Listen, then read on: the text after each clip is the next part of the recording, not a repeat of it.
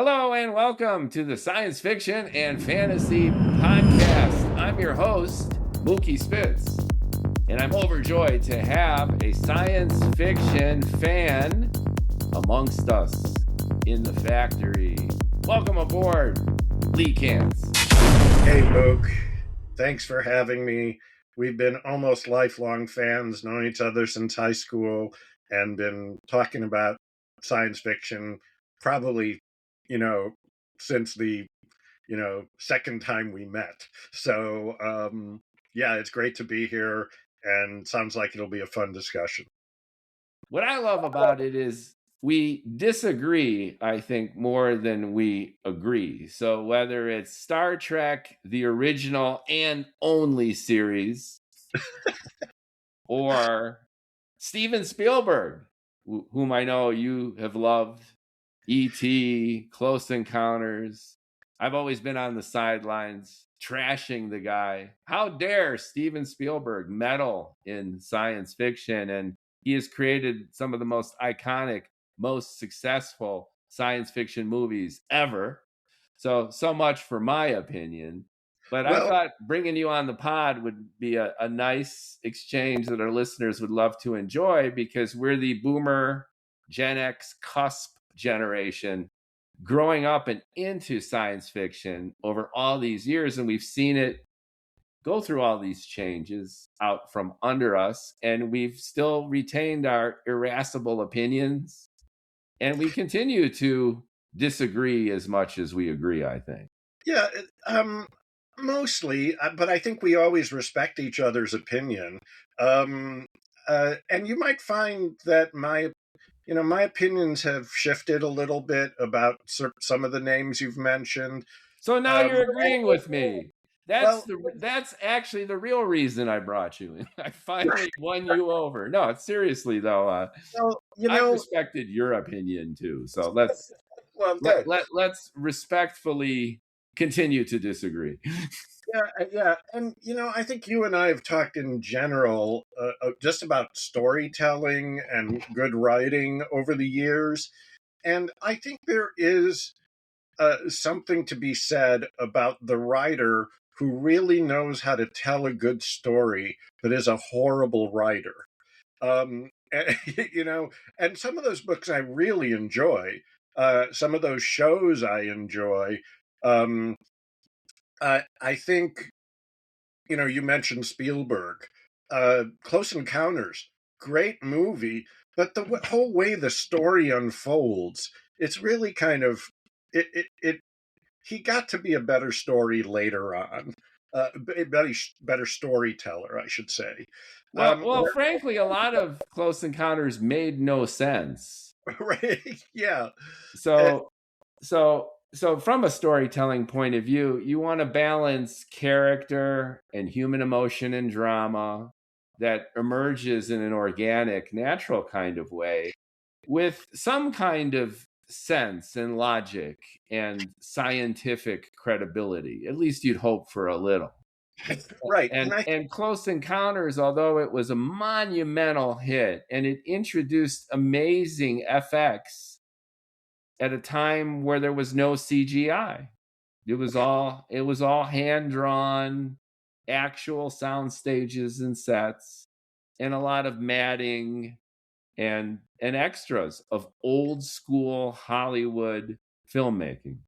Right. And it's also interesting, it came out I want to say 6 months or so after Star Wars. And you compare the two. Listen, the dialogue in Star Wars, we've talked about this, it's cringe. But at least back then, George Lucas knew how to tell a story. It unfolded well. But Close Encounters, I think, was from a time in Spielberg's career. Actually, I don't know how much it's gone away, but he's always about the spectacle. So it's like, look, there's a big shark. Look, there's a big spaceship. Look, there's a big dinosaur. He's always about the happy ending. For example, Schindler's List. You've got millions of people who were wasted, and he focuses on a good German who saves a handful of people So when you leave the theater, you're celebrating the human condition when it's a Holocaust movie. And Right. that to me is the epitome of Spielberg, which is this milquetoast, super emo, sitcom-like sensibility. Yeah, exactly. It's like all is right in the end. And, my wife, I wouldn't say she hates Schindler's List, but she's always criticizing it for that point. It's like, it's not even near the best Holocaust movie because everybody survives. The women go to Auschwitz and even they get pulled away. So, but getting back to science fiction, and this idea that there are good storytellers and good writers, and we're lucky when the two of them, intersect. I find Dan Brown is like that as a writer. I sometimes enjoy his books, but I cringe at the language. Recently, I actually had an idea for a story, a novel, and I was really bummed when this new show Pluribus came out. Have you heard of it? It's on Apple No. TV. Oh, it's really good, and it's by Vince Gilligan, who's done he did Breaking Breaking Bad. Bad and Better Call Saul, and he was a big writer for the X-Files before that. But this is science fiction, and I was bummed when it came out because it's like, that's my story. But the story involved, in order to start mapping out the story, I wanted to go back to another book that I read years ago, Rendezvous with Rama. Sure, the Arthur C. Clarke classic. Yes. But I would put Arthur C. Clarke in that same category of a guy who knows how to tell a story, but you just as opposed to Kurt Vonnegut's Kilgore Trout, right. the character who had amazing ideas and yet was an awful writer. And I think he was creating a satire or at least a parody of Philip K. Dick. Philip K. Dick wrote dozens of novels. Each and every one of them was brilliant in terms of world creation and novelty and the unexpected. And yet, I apologize to Philip K. Dick fans, but in all objective honesty, he often sucked as a writer. Yeah, exactly. Yeah, and I think back to that age, and Clark, and even before that, my father got me into reading by introducing me to Ray Bradbury, and I just I've gone back maybe in the past 10 years or so and read two of his books, I probably reread The Martian Chronicles about 15 years ago. Then I reread something else, I forget which, but then I read Dandelion Wine. I read Dandelion Wine. I want to say it was during COVID, and I don't remember it at all. I don't know if I actually read it. But when I read those as a kid or as a teenager, and reading them as an adult, I really think Bradbury was just a very good writer and a very good. He was very good at creating characters, very good at creating stories, and just great with prose. And he just also happened to write science fiction. Yeah, I think that's a good observation. He's kind of like the John Updike of science fiction. Yeah, in some ways, that's a good analogy. But then he's often compared with Asimov, who I think fits into that other category. I think the guy had a brain out here, and he created this tremendous world with the Foundation trilogy and several of his other books. But I think he's more of a storyteller than a writer. I don't know. That's just how I feel about him. Recently, I've gone back and read some Heinlein. He's a good writer, but his stuff is so dated in terms of mainly like the sexual politics. It's like they can't make a movie out of this anymore without changing all of the characters. Well, nowadays they can. Right? Yeah, maybe. Yeah. Now that the manosphere is on the rise again. And Yes. that's an interesting observation, that obviously a writer is a product of their time. Mhm. Jorge Luis Borges, one of my favorites, Me wrote too. Yeah. the wonderful Jacques Menard critic, where this guy rewrites Don Quixote from scratch hundreds of years after Cervantes by simply embodying Cervantes. And the point that Borges was trying to make was that the writer is the time, and he would have a paragraph from Don Quixote by Cervantes, and he would have a paragraph of Don Quixote by Jacques Menard, and they would be identical, and they would be interpreted completely differently because they were writing in different eras in different countries. So that just amazing metaphysical and philosophical observation that writers embody the values and the ethics and the point of view of when they're writing. So You know, science fiction, I think, has this characteristic in a very vivid way, because science fiction is bold and big. You could let loose. You're not constrained by the minutia of your society. And since you're making up the entire world, you take your own values along for the ride, and it could be explosive and evocative in interesting ways. And that's one characteristic of science fiction that I love the most, which is even in the world building, let alone the characters and their drama, you're seeing a mirroring of the society in which it was written.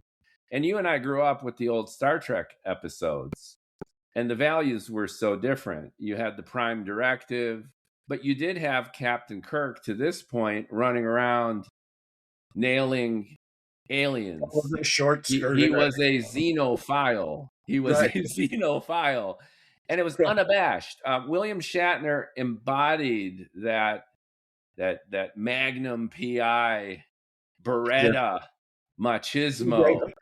Yeah. Yeah, TJ Hooker. Right. He was a proto TJ Hooker. And it was no Right. accident that Captain Kirk became TJ Hooker on TV, because Right. it was that testosterone laced machismo. And that evolved into Jean-Luc Picard, this effete commander who was diametrically opposite to Kirk in so many ways, because the culture had flipped equally Actually, radically, I think. I think that's part of it. I agree with that. But I consider myself a big student of Star Trek. I'm a big fan of most of the shows. I will say I haven't gone to like a conference or anything like that. But I'm a big enough fan to know that one of the reasons why I suspect that you like the old show and disliked the Next Generation. We'll start with that one as every time Riker would launch into his monologue, I would just look at the screen and say, "Shut up." Well, I don't know how far into it you got, but you mentioned like Gene Roddenberry. In some ways, Gene Roddenberry was the problem with Star Trek. A lot of what you know about the original show, like the repartee between McCoy and Spock and all of that. Classic. Yeah, exactly. But that came as a result of, I think, one of the main producers, it might have been Fred Coons, and some of the writers, because especially when you get to the Next Generation, what you hear about Roddenberry is that he thought the future should be so conflict free that just everybody gets along. And that is Uhura had a very short skirt. That's the part of the future. And right. the hot blonde ensign always sidling up to the captain in his chair and say, Right. But that that sensibility that Roddenberry brought into the Next Generation kind of betrayed what Star Trek was really all about in the original show, because it was totally about conflict. It was an allegory of the Vietnam War, and you had the Klingons in conflict with the Federation. You had the Romulans. You had all sorts of people. You had the people, the With the characters, black and the white and the white and the black. Yeah.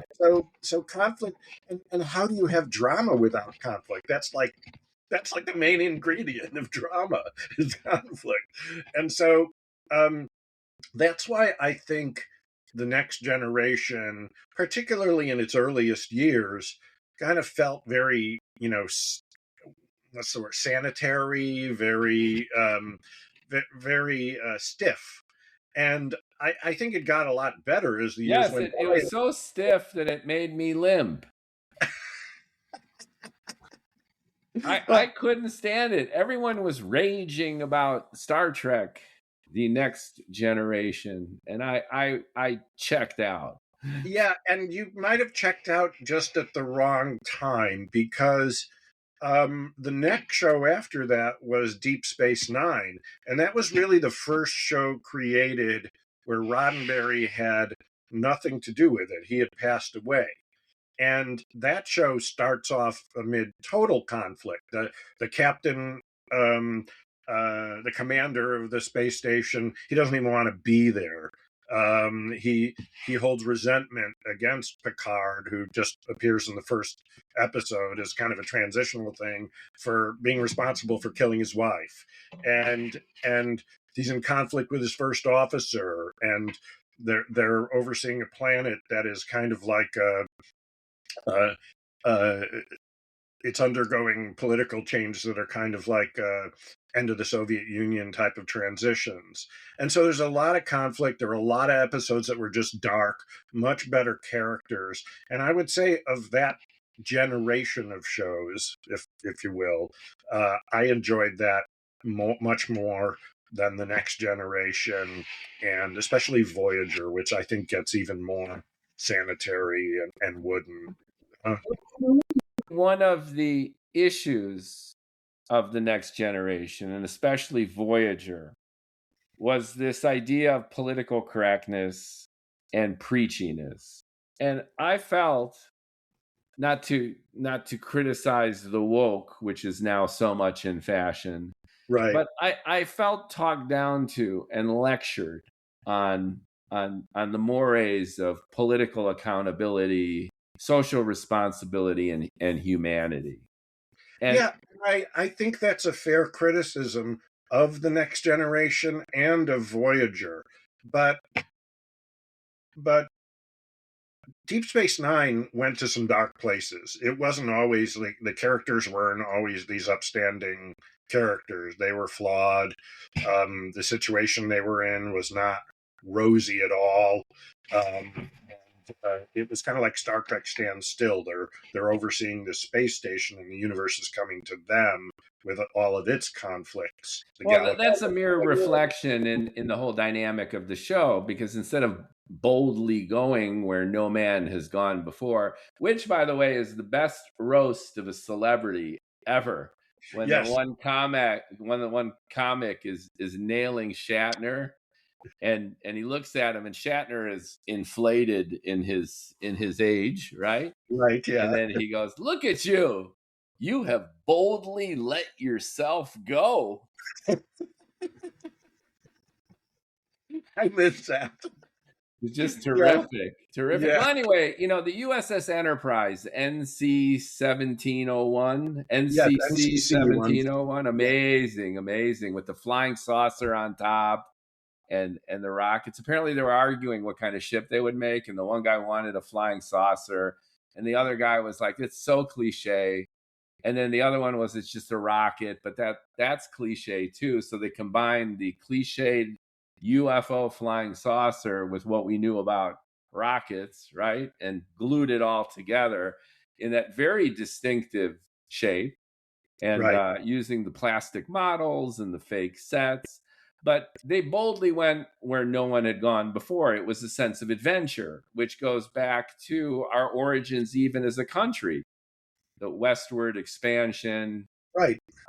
Manifest Destiny, all that kind of stuff, reinterpreted in space with the morality of the post-civil rights American intellectual climate, I think. Right. And Roddenberry even said at the time, because he had written for TV for many years beforehand in a lot of Westerns. And I think he said at one point that he wanted to create Wagon Train to the Stars. And that's what his goal was. Have gun will travel to the stars. And so and that's kind of what the original show was. It was, let's explore, let's make some new friends, but let's police the place a little bit. And also entirely derivative. No conversation of science fiction would ever be complete without Forbidden Planet. Right, movie yeah. Forbidden Planet, Yes, which was exactly. archetypal. It came out in the later 50s, so Right. it wasn't even in the decade of the 60s. It was a major Hollywood release, and it bombed. But Right. it had all the foundational components of what came to be Star Wars, Star Trek, Lost in Space with Lost the in robot. Space, of course. Yeah. They're all derivative of Forbidden Planet. If you see that movie now, your jaw drops and your admiration for Gene Roddenberry, George Lucas, almost everyone whom we grew up with thinking that there were these transcendent geniuses creatively ripped off Forbidden Planet in one way or another. Even Total Recall, especially there are two versions of the movie. I never read the book, but the one with Schwarzenegger. There's a version where the movie's bad, and there's a movie where the movie's even worse. Exactly, but it's the "Take Us to Mars" one that I'm talking about. You gotta love Arnold, though. Arnold, what was the line with the taxi, the robo taxi that blows up, and he goes, "Sue me, dickhead." That's my favorite Arnold line. Get to the chopper. We all know Yes. If it bleeds, we can kill it. All that. My favorite Arnold line of all time is "Sue me, dickhead." Well, there was another line of his that I love. It wasn't in a science fiction movie. I forget what it's one, but his wife or girlfriend is drunk and throws a cake at him, and he says, "You should not drink and bake." Anyhow, so that's another topic, by the way, where you've got directors like Spielberg who come at it from Jaws and then discover science fiction and even fantasy and knock it out of the park. And you got these unlikely actors like Schwarzenegger. And Keanu Reeves is a more contemporary version of that, kind of a inverted through the looking glass Schwarzenegger, where instead of this brute machismo, it's this emo savagery, which comes out in John Wick too. But who says more by not saying stuff? Yeah, you have these iconic directors and actors who discover science fiction and then rewrite the genre. They become foundational to the evolution of science fiction, especially in cinema, in the most unexpected ways. I think that that's really kind of cool. Yeah, it is. It's true. Yeah. So getting back to Star Trek, I would recommend you try out Deep Space Nine if you're into it. But I think, especially when you're talking about politics and wokeness and anti-wokeness, the new shows, of which there have been 3 in the past, I want to say 8 or 9 years, and there's soon to be a 4th next month, have...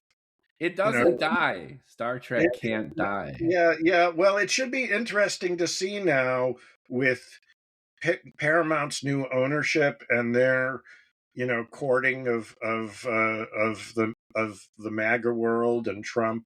To what extent will Well, with the acquisition, the potential acquisition of Warner Brothers. right?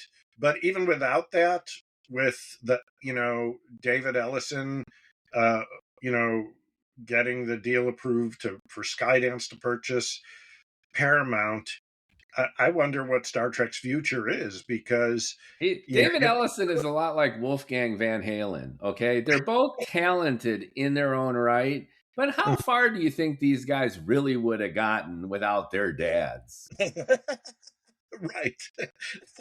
That's a great analogy. Yes, exactly. He was a failed actor. I'm not taking any away from either. Wolfie is cool. Well, right.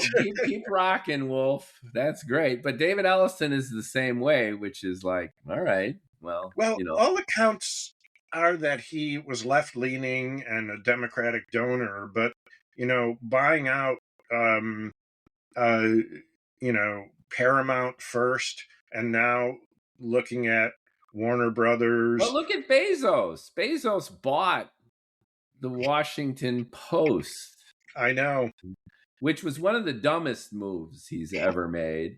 And he's like libtard billionaire number one, Jeff Bezos. And look at how he's flipped too. It's when you have, with great power comes great responsibility, as Uncle Ben told Spider-Man, right? None of these guys have the responsibility. No, but they have accountability. And the thing is, this is the lesson that I'm still astonished that these guys keep learning and relearning, is that the more money and power you have, the more exposed you are. And when it comes time to kiss the ring, very few people have resisted that temptation. I mean, Mark Cuban, he's one. He's like, F you. Right? And he's doing fine. Could he be doing better if he'd be more conciliatory? Well, we all know regimes change. For now, he's kind of flying under the radar, but he's outspoken and he has no regrets. Dinner at the White House where they were all gathered around Zuckerberg, even Gates. It's astonishing. Tim Cook too. Tim Cook. Yes. That was like what he needs to do just to keep Apple in the good graces of the Trump administration. That guy was asshole spelunking in exotic yoga positions I've never seen in my entire life. And that's like Tim Cook. It's like, seriously? Yes. That's like science fiction. Well, I sometimes feel like we live in a science fiction movie right now, like a multiverse projection of stuff. I sometimes get this when I think about the way that our I know we're veering off into anti-MAGA politics, which we're bound to do. But when I think about how some of these, like that meeting at the White House, and how people just get into Trump's orbit and then all of a sudden they're like brainwashed. Bill Maher. Yes, exactly. It's like what happened? I had to break up with Bill Maher. I know. He subjected me to his ass on a stool for 12 minutes, telling me what an awesome guy the Donald is. A guy who has after all that. Exactly. Yes, exactly. And you got to talk to the other side. I'm like, the other side doesn't want to talk to you. They don't want to hear anything from you. No, but I've loved Bill Maher's embrace of both sides, and the fact that being a smart libtard, he gets the limitations and hypocrisy of the left. I've loved that about him. Yeah. But what broke me and what made us break up, not that he gives a shit, is these platitudes to Trump, who is always notoriously effective as any classic narcissist in winning someone over in person. That's his magic. That's what he does. It's no newsflash to do that. And it was discouraging and also emblematic of our time. And you see this kind of behavior going back to science fiction, in great science fiction. You see this kind of behavior in Dune, even in Foundation. And it's Yeah. a recurring science fiction theme of kissing the ring and then dealing with the consequences. And I think that's a very useful trope. It's kind of cool. We're living in it right now, but that again shows you the power of writing, the power of literature and storytelling, and how it ties back to just human drama. Yeah, I really do think it's like, I wonder sometimes whether it's some type of brainwashing. Like they go into the Oval Office and they touch that, like, it's Saudi money or and power. It's right, money and power. It's not this magic telekinetic psychic force. Yeah. It's carrot and stick. Right. And Trump wields both with masterful expertise. Yeah, that's true. Say what you will about him, he's a maestro of understanding the shittiness of base human behavior. Right. Yeah. He sees into the rotten, greedy heart of everyone. He is base human behavior, like, personified, and he brings it out in everyone else. And Right. That's why he's president not once, but twice. I know. He Grover Cleveland us.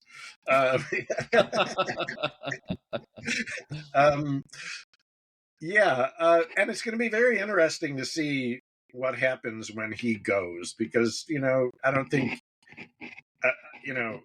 anybody would take a bet with me that he's not going to make it through the end of his term. He's just so unhealthy. There's that old Yiddish proverb that the more you complain, the longer God lets you live. So regardless of whether Trump can make it through his term or not, clearly it's like the court of Versailles. You've got all these competing, often mutually contradictory entities and factions within the MAGA/America First movement. And then going back again to science fiction, this court intrigue and drama is also a recurring theme. So whether you have the evil corporation battling the research rogue scientist, and then the hero everyman trying to save us all from the corporate greed and bureaucratic control, we're living in that. And that makes science fiction fun, because you could roll your sleeves up and you can actually project and pontificate without being too heavy-handed, because you've got all these filters. You create a world which is fantastic and ostensibly removed from our world. And then you have these archetypal characters that could embody whomever you want. So whether you're Ursula, how do you say Le Guin? Yes, yeah, Le Guin.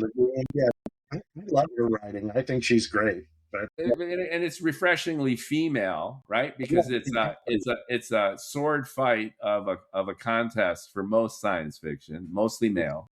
Yeah, it's good to have females. Right? Yeah, there's I forget her name now. All of a sudden, Olivia. There's a science fiction writer, a female science fiction writer, Olivia. I think she's. I can look her up, but yeah, there are. I think she has a master class. You know how the authors do the math. Olivia, so and such. Yes, master class on world building. Yes. Oh, it's horrible that I forgot. We're such chauvinists. We remember all these dudes' names, and then you've got a handful of great science fiction female writers, and we can't even think of her last name. Right? Let's go back to Star Trek. Some of the best episodes of the original show were written by D.C. Fontana. She went by D.C. Fontana because she was a woman. She was a woman, and it was like George Eliot. She had to fake it because no one took women seriously, which is tragic. Yeah. Yeah. And she wrote some early episodes of The Next Generation too. Roddenberry brought her back. Right. But he was too much in charge. So, but it's interesting getting back to the politics of it, the evil corporations and the evil cabals and everything. It's also, what always intersects with science fiction and the politics that we're living in is the belief that there's one person out there, one person who could save everything. If we just had the right person, the right candidate, the Gavin Newsom, probably not. The Neo. The Neo. Yes, you are the one. You were predicted. You are Paul Atreides. You are Luke Skywalker. Well, it's the hero. It's the hero story, right? Yeah. Which is one of the best archetypes. Right. It's true. But it's in science fiction, and so they take it to a new level so often where it's like, you're not just the hero, you're the only one. And you get that with the Skywalkers. Even Anakin was supposed to bring balance to the Force.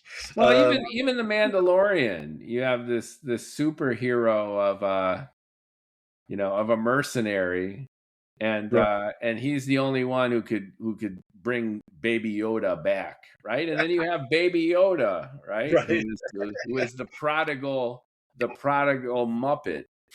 Right.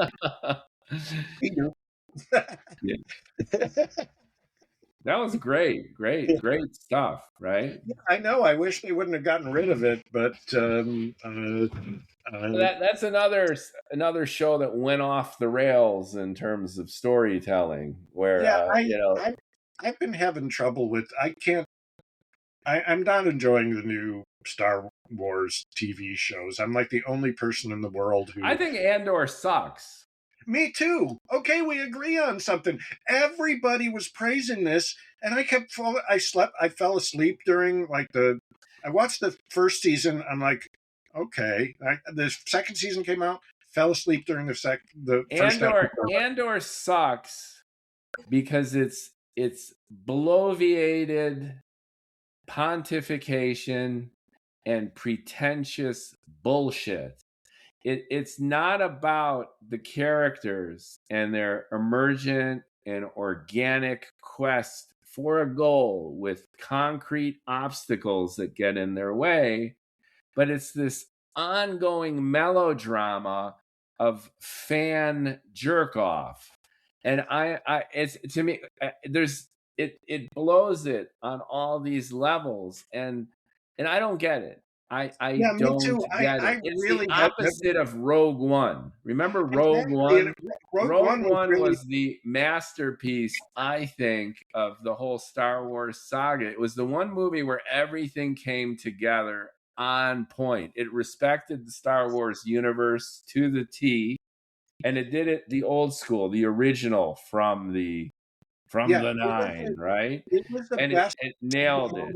It was the best of the movie since the original three, I would say. Yes, absolutely. And it was because, again, it was the characters were clearly defined and effective.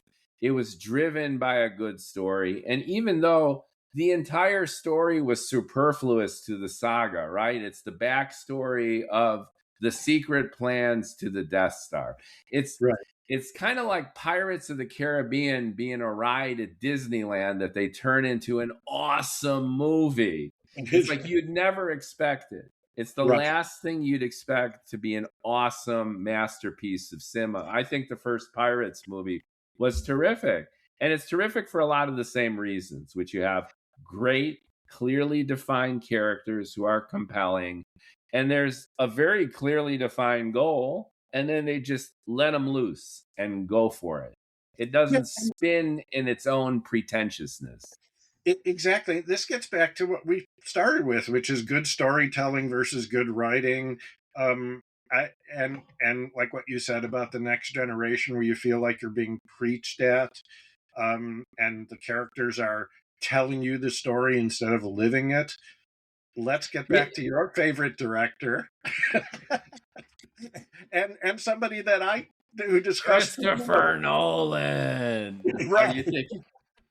Of course. Look at this. Do you see this? This is now. I just want to say, in all due respect to Chris, Memento was a masterpiece. Memento. I enjoyed the Batman movies too. The reason that Memento worked is why almost all of his subsequent movies have sucked. And the reason Memento worked was because it hinged on voiceover narrative, backstory, and all of the tools that Nolan throws at the audience, which are unnecessary and excessive for a conventional film. Memento succeeded because the actual structure of the movie itself was meta in disjointed. that way. Right, Was exactly. meta in that way. And it worked. It worked. But you don't create a film from a short story or a novel as a direct transposition. You show, you don't tell. Exactly. And That is like Nolan the to me first. is the Yeah, epitome of taking things over the top for no reason. It's no accident that he loves Hans Zimmer, because when someone in a Christopher Nolan movie reaches for a cup of coffee, the entire theater shakes with the crescendo of the entire fucking oh orchestra God, yeah. coming in, which is he's reaching for the cup of coffee and you're like, no, Yeah, no. his last two movies were like that. Oppenheimer, which I I know you share this opinion, but we're in the we're in a tiny minority that it was just a horrible movie. It was, first of all, I would say that the first 2/3, no scene was longer than like 90 seconds. And there was that over the top soundtrack that, like you're saying, and um, it wore me down, and then before that was Tenet, which may be the worst movie I've seen this century. It was just, and it could have been better based on what you said about Memento, because by the nature of the story, it needed to be disjointed. But it was just so over the top. But I think the epitome of his bad movies, which it had some good elements, but the epitome is probably uh, um, the one about the people who enter your dreams. What's that called again? Oh, the 9 dream levels and the van that keeps falling off the bridge. Right. You get to the third act, and the characters are still explaining what's going on. That is just not good writing. No, that's the number one problem with writing in general and storytelling, and it's exacerbated most often in science fiction. And That's part of right. the challenge here is in science fiction, you got a lot of technical stuff, you got complexity, and you have stuff which by its nature is atypical and outside the realm of usual banal human experience. So Right. poor writers spend a lot of time explaining the world and explaining the motivation of the characters because they tacitly assume that this shit is too exotic or complex for your typical movie viewing or reading fool. And then they go over the top. And that exposition gets in the way and is contrary to drama. People want a character who's They want organically involved in their quest, solving problems, moving to the next one, and then accomplishing their goal or getting their ass kicked, or often both. That's literature. A technical manual is right. not literature. Let And me give you two. Nolan does this all the Oh God, time, which is, he's the Batman movie, okay, I with like the those Joker. movies, You but even those, it's like it reminds me of like the Bond villains, where or the old Batman TV show where the villains are telling Batman or James Bond, I'm going to kill you. But first, I want you to watch this. I want you to suffer. I'm going to tell you what I'm doing and give you enough time to get out of here. Yeah, Here's how Nolan does the scene. One character tells the other character what's going on, what they're feeling, and do it. So there's exposition of internal states. Just because you as the moron viewer can't quite get it, and because Nolan sat with his brother and wrote a short story which the fucking story is based on. So they're Yeah. coming at it from this prose literary point of view.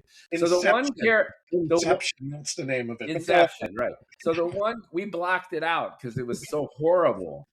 Right. So the one character is telling the other character what they're feeling, what they want to do, what they will do. Then the other character receiving this information reciprocates by sharing a mirror reflection of that. Here's how I'm reacting to what you're saying and I'm telling you. And then I'm going to go about explaining to you the rationale of my decision before I actually do it. And then they do it. And then there's decompression afterwards. It's like a therapy session for the audience in terms of, do you get it? I know you're a stupid moron sitting there in the audience. You're incapable of contextualizing the information or even emotionally being connected to the character and the plot. So I am going to explain this to you in real time as it unfolds. And this is why the Matrix sequels failed miserably. Oh, God, The Wachowski brothers, who became the Wachowski sisters, God bless their souls. I think that's awesome. Go girls.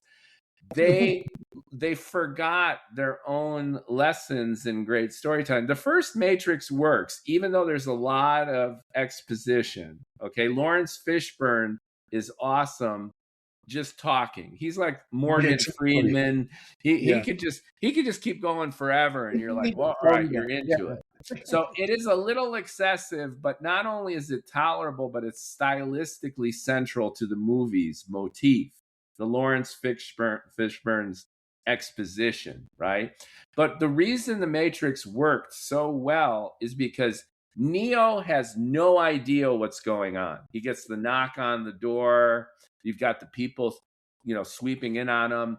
The phone is ringing and he's being instructed to do wild things like walk out onto a ledge. And you, the viewer, are like, what the fuck is going on? And Neo in the movie is like, what the fuck's going on?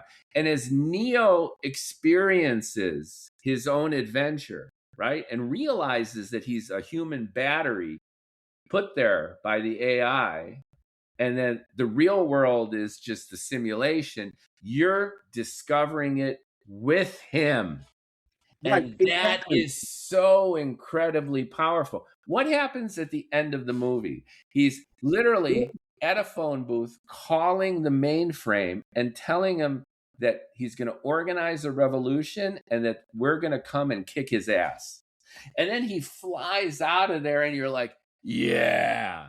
What happens in the sequel? Instead of picking up right where they left off and Neo organizing the human resistance and encountering obstacles to kicking the mainframe's ass, we get the Star Wars backstory of the Trade Federation and its colonization problem. We get the origin of Zion. Exactly. Who gives a shit about Zion? Who gives a fuck about the politics of their council? It's like Yoda and the Jedi Knights all over again.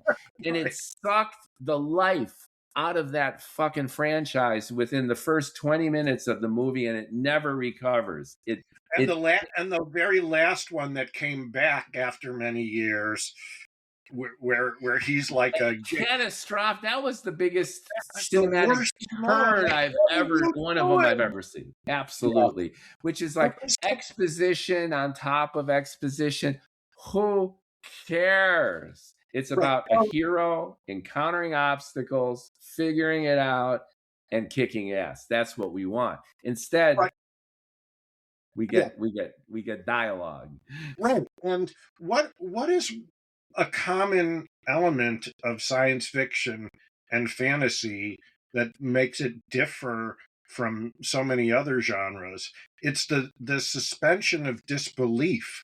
And if you have somebody explaining things to you, it's getting in the fucking way. And so here are two comparisons, one good, one bad, that come to mind. The first one that's good, I think, actually is Star Trek. When Star Trek is better, you may hear some of their jargons like, oh yeah, we've got to, the matter antimatter and the Jeffreys tube, and we got to do this and that. But it goes, Scotty. yeah, Yes. exactly. Oh, and Captain, the matter antimatter conversion. Right, exactly. But it comes up and it's not explained. The technology is just there. It can do things, but they don't tell you, they don't waste time telling you how. Even the new shows are good at it. They go for the character and the action. And this is just kind of incidental where they throw it out, but they don't explain it at all. The counter example is a writer that I don't know if I love to hate him or hate to love him, but it's Neil Stephenson. Do you read any? Snow Crash. Snow Crash.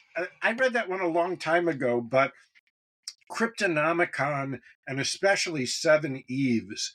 It's a great story. I'm really surprised they haven't made a miniseries, streaming miniseries out of it, because it's basically the moon blows up and hits the Earth, and humanity has to, kind of regroup in space until they can come back. Another sci-fi theme, the end of the world. Right, exactly. But I think he's actually gotten worse over the years in that Stevenson is just, I don't know if it's ADHD or more like, I would say anal retentive. He goes off. I don't know. He must be a really big brain, like Asimov type guy, because he's got so much scientific knowledge in his head where he goes into great detail. And I'm like, yeah, this could have been like 300 pages shorter. but it's also the illustration of a book versus a movie, which is part of it. Right, and, exactly. And some people like that hard science fiction. They want to curl up in bed and read about multidimensional manifolds or, engineering trivia. Look at Andy Weir. Andy Weir had a lot of technical detail in The Martian, but he wrote it in a way that was very accessible. And here's the point I think you're trying to make right now, and actually making well, is that hard science, technical details, and diving in can work if it's integrated with the characters and the plot. So again, going back to the Matrix and Neo experiencing it for the first time and the viewers experiencing it with him, it has that mystery and captivation. Weir's astronaut played in the theater really well, right? By Damon. Yeah, by Damon. It's a great story about the book too, because he self-published it first, and he had engineers help him along with clarifying the details and all that. But he needs those details to survive. And the details themselves become interesting because it's an existential situation for the character. Right. So in ways, the engineering and the space science become characters. They're like his helpers. I did not feel overwhelmed by that at all when I read the book. I was like completely entertained by that. Yeah. The movie did a good job. Ridley Scott's, talk about another director who is one of the mighty who has fallen. Like, because the Alien reboots and sequels have also sucked for all these same reasons. But The Martian, I thought, was kick-ass. I thought he did a wonderful job with that for these reasons. And I don't know if have you read Project Hail Mary by him as well? No, I haven't. And that looks like kind of The Martian 2.0, only with Ryan Reynolds this time, right? He's leaving video logs, right? Ryan Gosling, not Ryan Reynolds. Ryan Gosling. I always mix those two up. Because they're in everything. They're both in everything. Yeah, but the book is very good, and it's very similar in that sense. It's definitely a different story, but he brings in the science as part of the story. You don't feel overwhelmed by the science, and it's just a great story. It's a great sci-fi story, and I hope they don't fuck it up with the movie. But one of my favorite science fiction books of all time is William Gibson's Neuromancer. It came out in the early 80s, and it was prescient. It anticipated virtual reality, the internet, genetic engineering. And it was basically the dawn of the cyberpunk subgenre of Right. science I fiction. would say it most definitely influenced The Matrix, and uh, Absolutely influenced just about everything that came after. And I right, love yeah, his prose. His prose is very poetic and talk about glorious ambiguity and yeah. just leading you into a world driven by character and driven by the plot. So, but the reason I bring him up is not only does it reinforce great storytelling and great writing, but thank God, the God of the multiverse, that they haven't made a movie out of it yet. Right. Because when you cherish a book, you know they're gonna fuck it up. Yeah, you get worried about that, absolutely. So, Like Cold Mountain, not science fiction. I remember the book Cold Mountain. I That never read it, but that is, I'm telling you, Lee, if you're into like that, is an awesome novel. It's incredible. And but then I when I went to saw the see the movie. movie with Nicole Kidman, I right? did enjoy the movie, but I maybe hated the movie. I walked because I had the novel in my head, and okay. You the see, maybe if I would delta have read the between book, the novel yeah, and that thing that was on the screen was just so profoundly disappointing. You know, that's the problem. You know, you fall in love with a book, especially a science fiction book, because it demands so much imagination on your part as a reader. And then you're yeah. subject to someone else's and usually a team's reinterpretation of your cherished vision. Well, the movie was also done, if I recall, by Anthony Minghella, and a lot of people can't stand him because of the English Patient. I think he did the English Patient. I was okay with that, and I thought 1917 was Yeah, innovative. yeah, that's right too. Yeah, yeah. Yeah. So So what's next on your science fiction plate? I mean, you got The Expanse next season coming out, which I saw the trailer for. I never really watched more than a few episodes of that. I've been told it's good. I want to go back and watch the rest of it. During Is the it? pandemic, someone recommended it, and I got into it, and it went off the rails the last few episodes of the last season, where I was just kind of like, oh, here we go. But I thought it was great, and the thing I love the most about it, in addition to the characters and the through line of the plot, was its adherence to basic scientific principles, which actually make the movie more interesting and the storytelling better. Stanley Kubrick understood this. So, for example, in 2001, you had the space station that rotates to create artificial gravity, which made an amazing visual. And then one of the most eerie scenes in all of science fiction cinema is when Hal murders the astronaut and you see him just tumbling Oh and God, yeah, floating that is off a into haunting the scene. void. Yeah, There's yeah, no sound in space. right, And and exactly. and and And when you have everybody Star gets that Wars, wrong. yeah, when Yeah. you have Star Wars and all these with the laser beams and the explosions, it makes for compelling action, but it's just wrong. That it's, and this effortless, faster than light travel and artificial gravity and all of these tropes that make it much more accessible and immediate take a lot away in terms of that scientific accuracy, in terms of what we know about science, what we know about space. And the Expanse, more or less, was pretty accurate.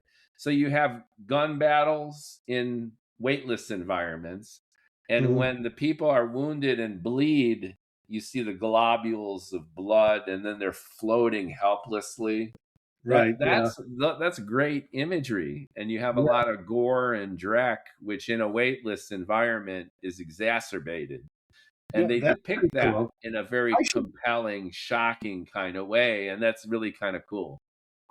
Well, in terms of yeah, I should go back and give that a try. In terms of what's new, I do recommend Pluribus. It's almost a little comic.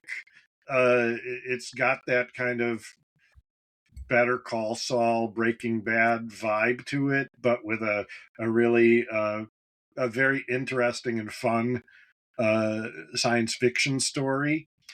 Star Trek is coming out with a new show in a little over a month, Starfleet Academy. You probably don't know because you haven't been watching that.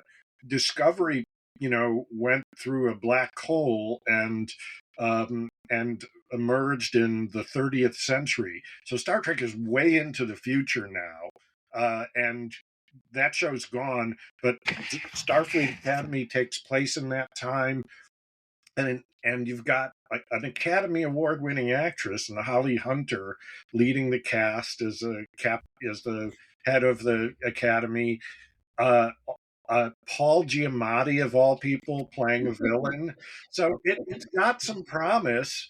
But I have a feeling that Ellison is going to do, pull the plug. There's talk about rebooting movies with different characters. Well, there's the anti-woke, which is pervasive now. And a show like Star Trek is, regardless of which side of the aisle you sit your ass on, is pretty damn woke.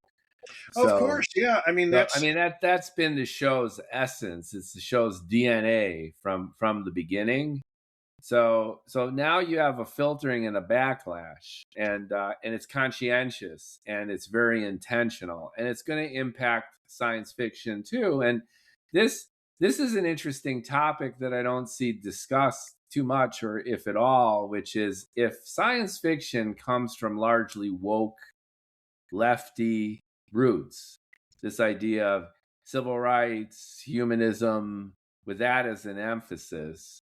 What's the new Trumpian science fiction going to be like? And what kind of examples are there or will there be of anti-woke sci-fi? The one that kind of comes to mind as like an artifact of this, and maybe a prescient kind of harbinger, is Ender's Game.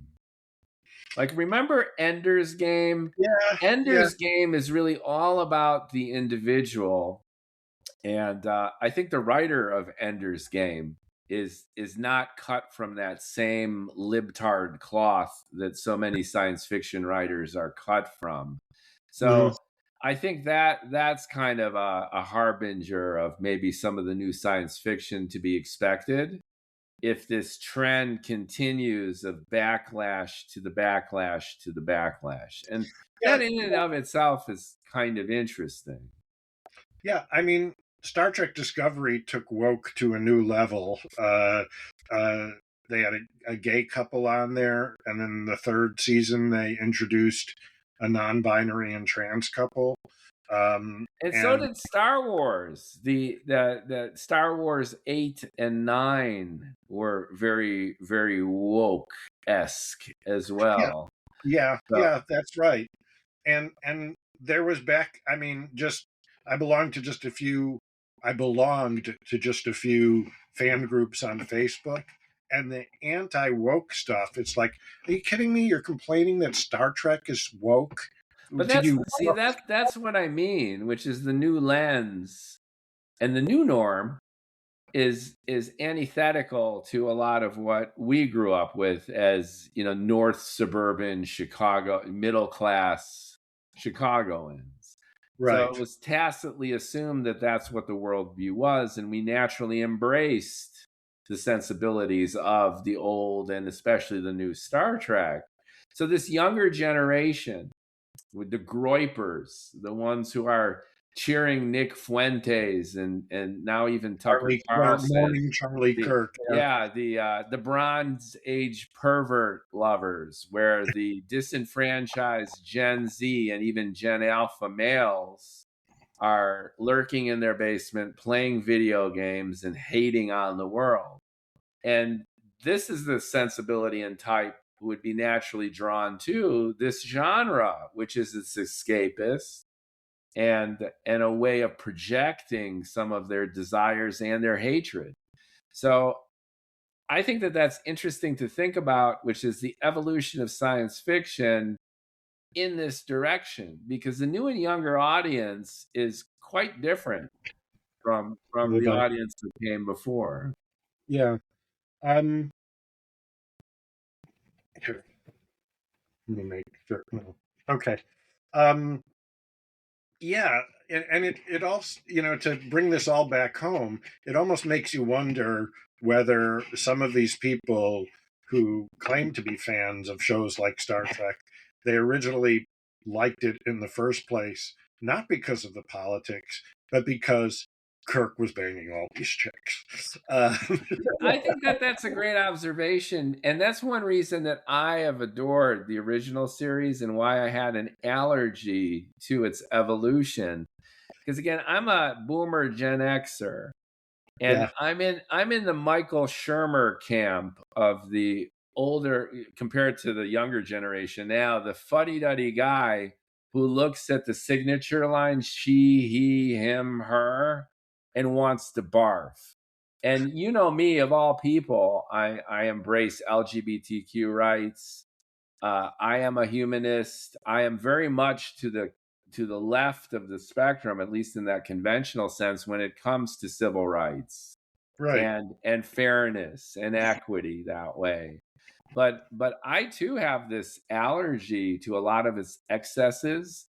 And like Bill Maher, I've been a critic of the left shooting itself in the foot with this preachiness and this insistence that we all need to behave according to some libtard treatise of what constitutes their vision of equity. And within it, I see a lot of control mechanisms, censorship, cancel culture, which has created this backlash to a certain extent. So I Well, don't mean to blame, I don't mean to blame the victims, but science fiction has suffered from this too. And just as we have a societal backlash with regard to our mores, our values, and especially our politics, I think that this backlash will see itself manifest in our favorite genre, science fiction. I agree, but it's also, as we know, it's a cycle. There's going to be a backlash to the backlash, and the backlash to the backlash to the backlash, and um, it's a pendulum that swings. It just depends on how far either side takes us into tyranny, to the point that the pendulum they just stop the pendulum with put their hand out. But yeah, it's going to be an interesting time. And you know, at least we'll have some escapism to escape into.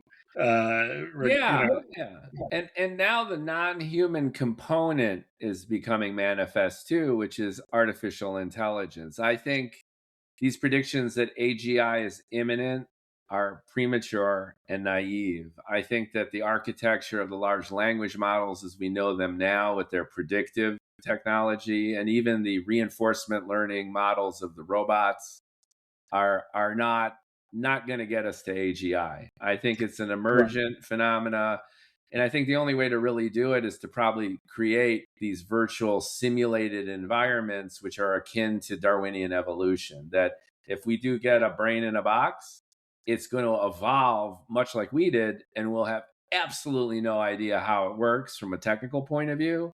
But from an emergent quality, it could very well be conscious like us.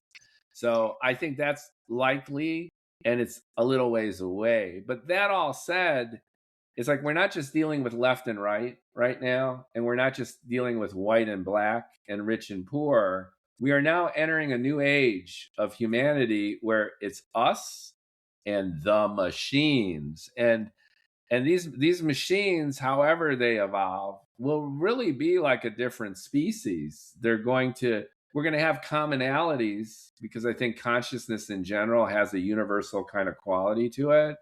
But in terms of the details and its lived experience, it's going to be radically different. So we talk so much about like alien encounters, right? Like, ET. Is the ET like an ET friendly, like a botanist from some other world who crash lands? Or are they the Independence Day monsters here to destroy us? It's either one extreme or the other. I think the real aliens amongst us is going to be the AI and AGIs that we create. And then Yeah, that's going to be its whole thing. it depends on, or getting back to those, which are the aliens. There's we've also talked about like the dark forest theory, which came out of the the three body problem. It didn't come out of the three body problem. The three body problem adapted that idea. Oh, really? And that's Okay. another fucking book and series that I hate. Like the first book, it kind of I read all three.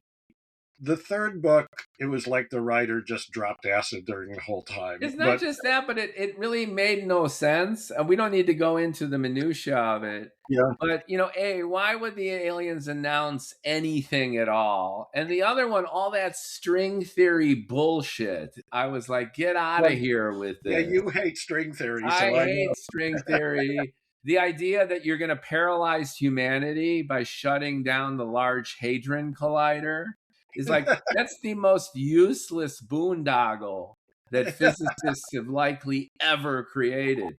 They spent 13 billion euros to confirm what they already knew. The Higgs is about 125 to 130 giga electron volts. Surprise! And guess what? Supersymmetry is bullshit. And there are no other particles. And no, it didn't create a black hole. Maybe it should have. Then it would have actually done something useful. But I digress. Getting back to AI, I think I can't, every book I've read about string theory has gone in one eye and out the other for me, which is probably a very common. Remember Anita? We're going to bring up Anita. We're going to keep her just Anita. Remember Anita from Chicago? Oh, I think that she was friends with and maybe boinked Brian Greene. Really? Yeah. And I wrote a blog about this too. And I've been wondering, like, my visceral hatred of string theory, is it really just my cognitive understanding that it's been a huge waste of time and a distraction has held back physics and science for decades? Or am I just jelly of Brian Greene? See, I'm just being transparent. Yeah, but you also like that writer Sabine Hassenfelder. She's a personal hero of mine. Yeah, in my science fiction book, I invert her name. In front, there's Sabine Hassenfelder, and I created Bezina Felderhassen as an homage to Zabina. I love Zabina. Yeah, I think was it Lost in Math? I think I read that. Yeah, that's a great book. She actually talked to all the reigning titans of physics and basically extracted either denial or an overt acceptance that we've lost our way. Yeah, I mean, which reinforces why the three body problem writer has his head up his ass. He's not paying attention. And I'm going to unabashedly trash this guy because he's so successful, right? And he's so rich. So, you know what? Kiss my ass.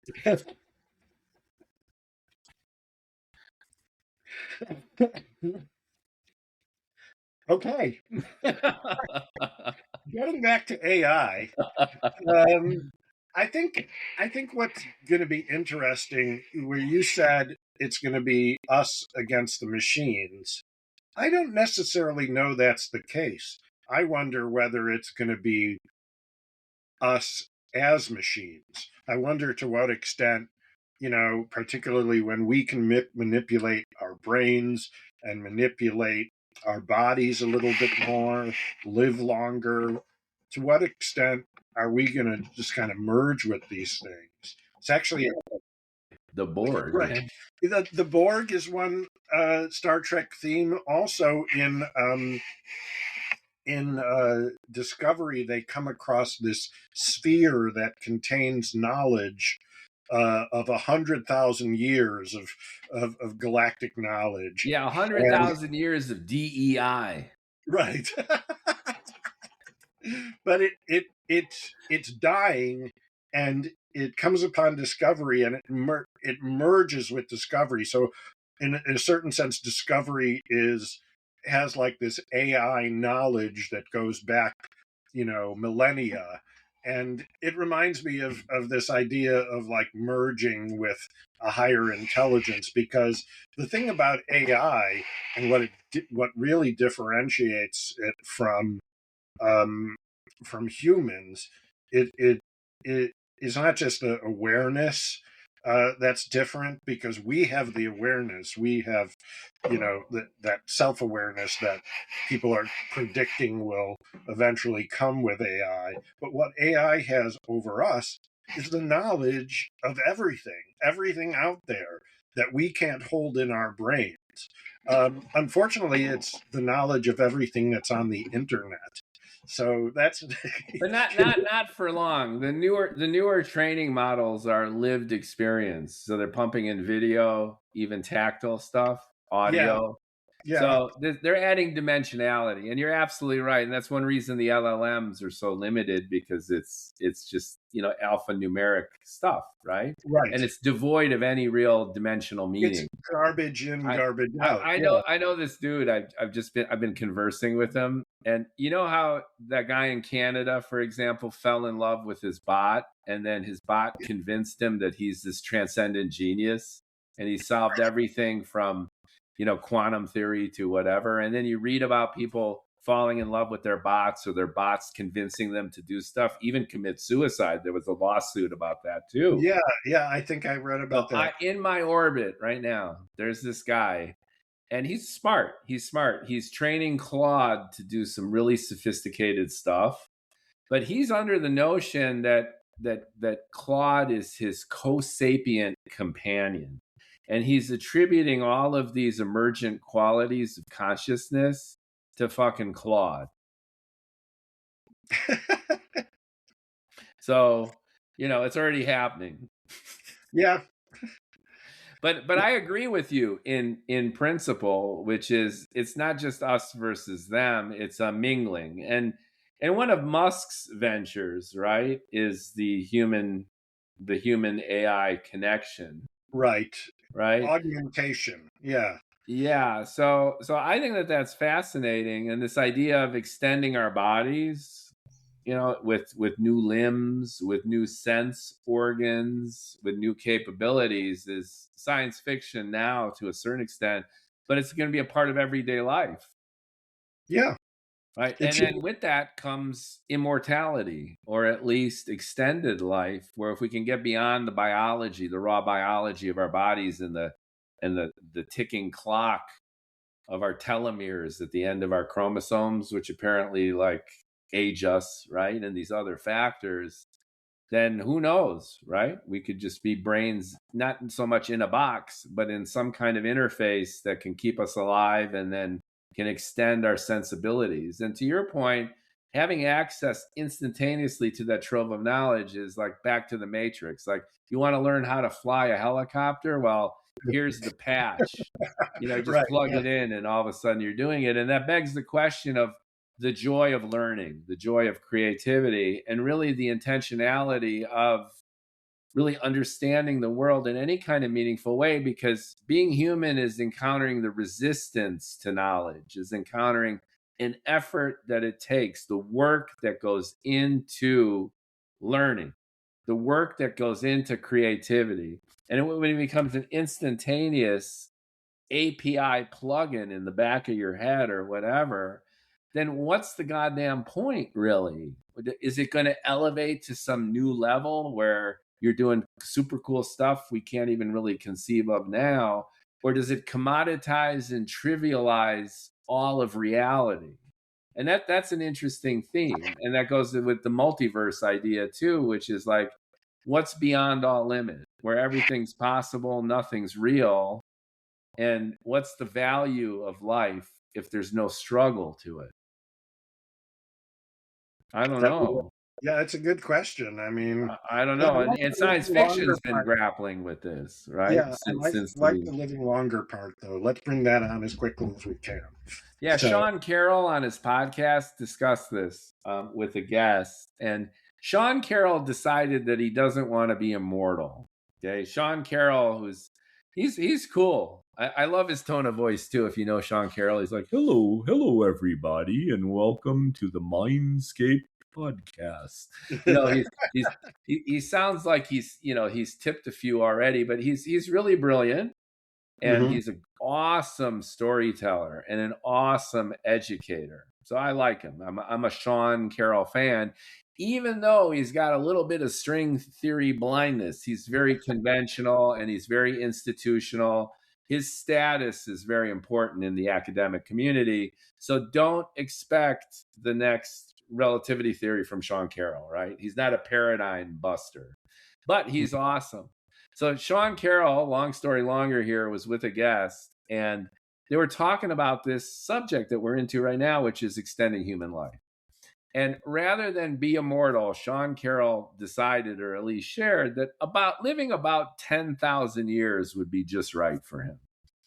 Like, he figured living about 10,000 years, he'd do everything he wants to do, like learn about this and learn about that and go here and do that. And then maybe do that theory he's always wanted, or write that paper, which might actually bring about some kind of paradigm shift. How he chose 10,000 years, I don't really know, but it does beg the question of all this other augmentation, right?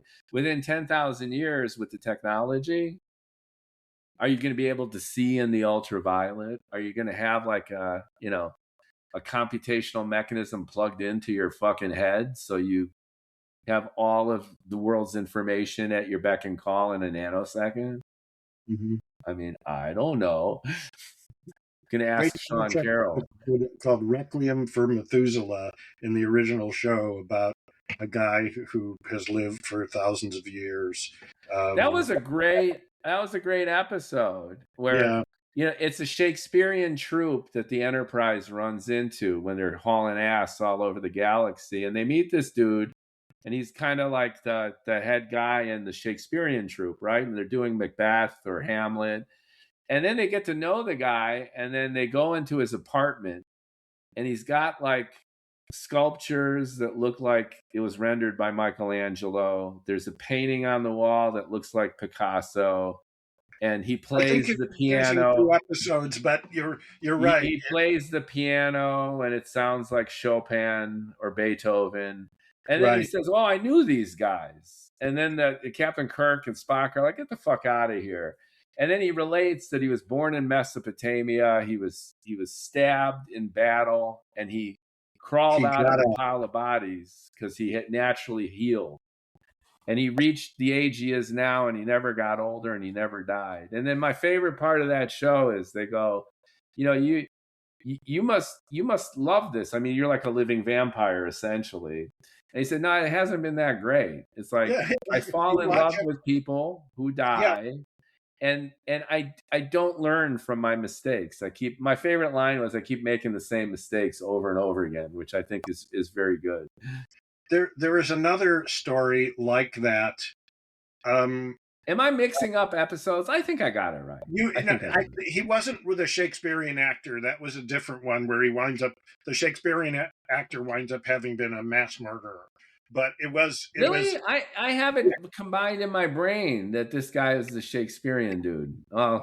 It was I was running home from school to catch the Star Trek reruns when I was, like 10 years old. So, have you ever seen the Highlander movies? I think I saw the first one. The first one is ridiculously bad. It's like so choppy, and it's editing. It's horrible.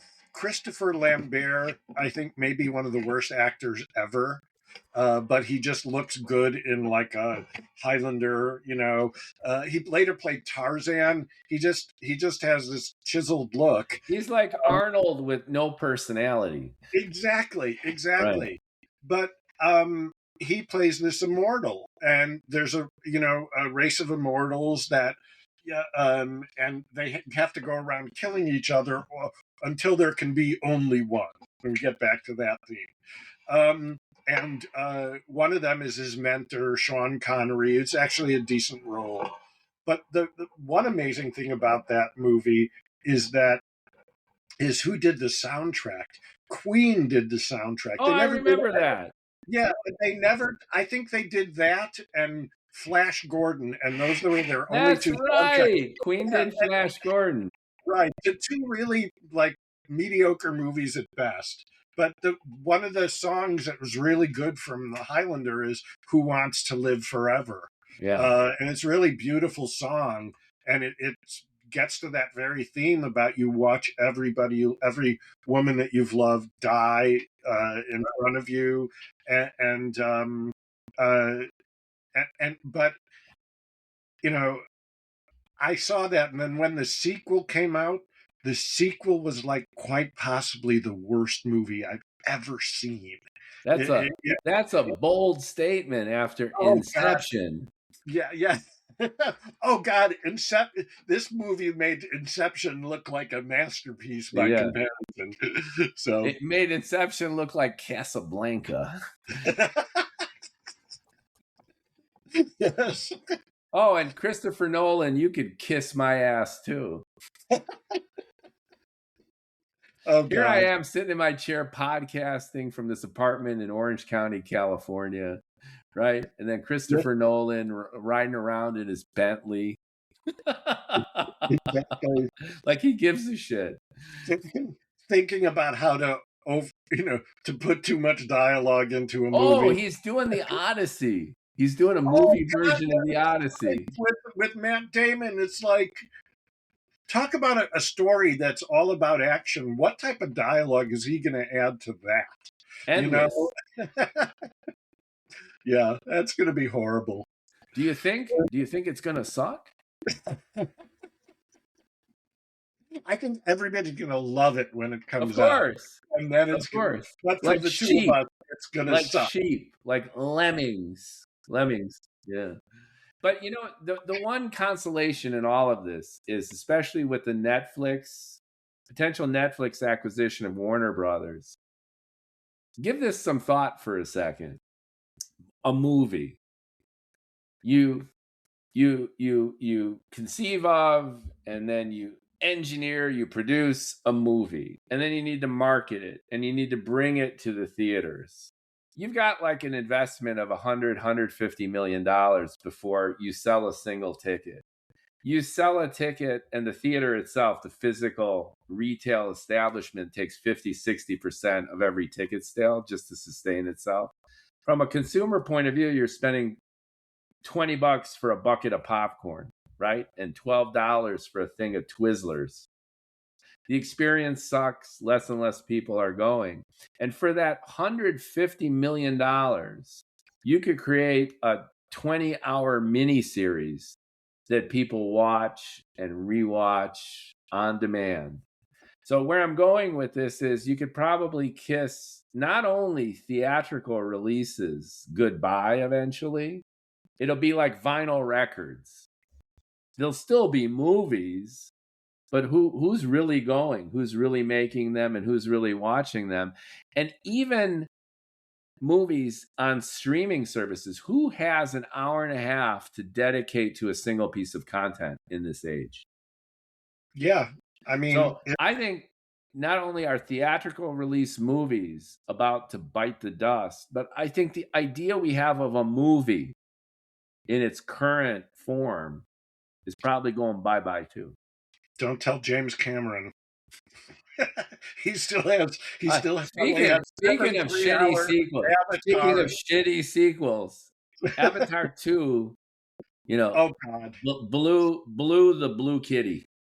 Right, and Avatar 3 doesn't look much better. So, well, who's gonna tell this guy? Like James. Yeah, exactly. Yeah, he's driving a nicer car than a Bentley. So, although I heard he's got an actual mock-up from the movie of those walking tanks from Avatar on his lawn. Oh, really? On his lawn. And he said like, yeah, we put it out there so people don't fuck with us. Yeah, like, stay away, right? Yeah. That's great. So anyway, Lee, thank you for making time and sharing your science fiction feedback as a science fiction fan. See how much we agreed on stuff? We actually did. we mostly complained. We're like two old guys here, like, yeah, it's a multi-billion-dollar industry. Something like 70-80% of all the top 100 grossing movies are science fiction, fantasy. Right. And then, we have nothing to show for it except our damn opinion. Right.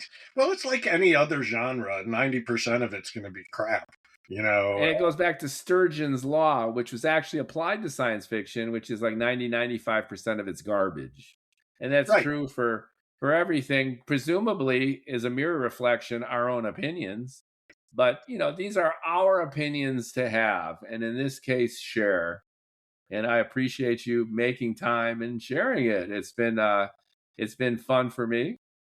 Always a pleasure. Yeah. Well, fun conversation. Welcome again to the Science Fiction and Fantasy Factory. Like, comment, and share, folks. We'll put Lee's info in the description. And to be continued, maybe with the next season of The Expanse. And when AI finally plugs into our heads, we can have another recap. Well, then we don't even have to meet. This will be. You don't even have to meet. Yeah. And then the listeners and viewers will just, plug in. Right on. Take care, Lee. Thank you. Have a good one.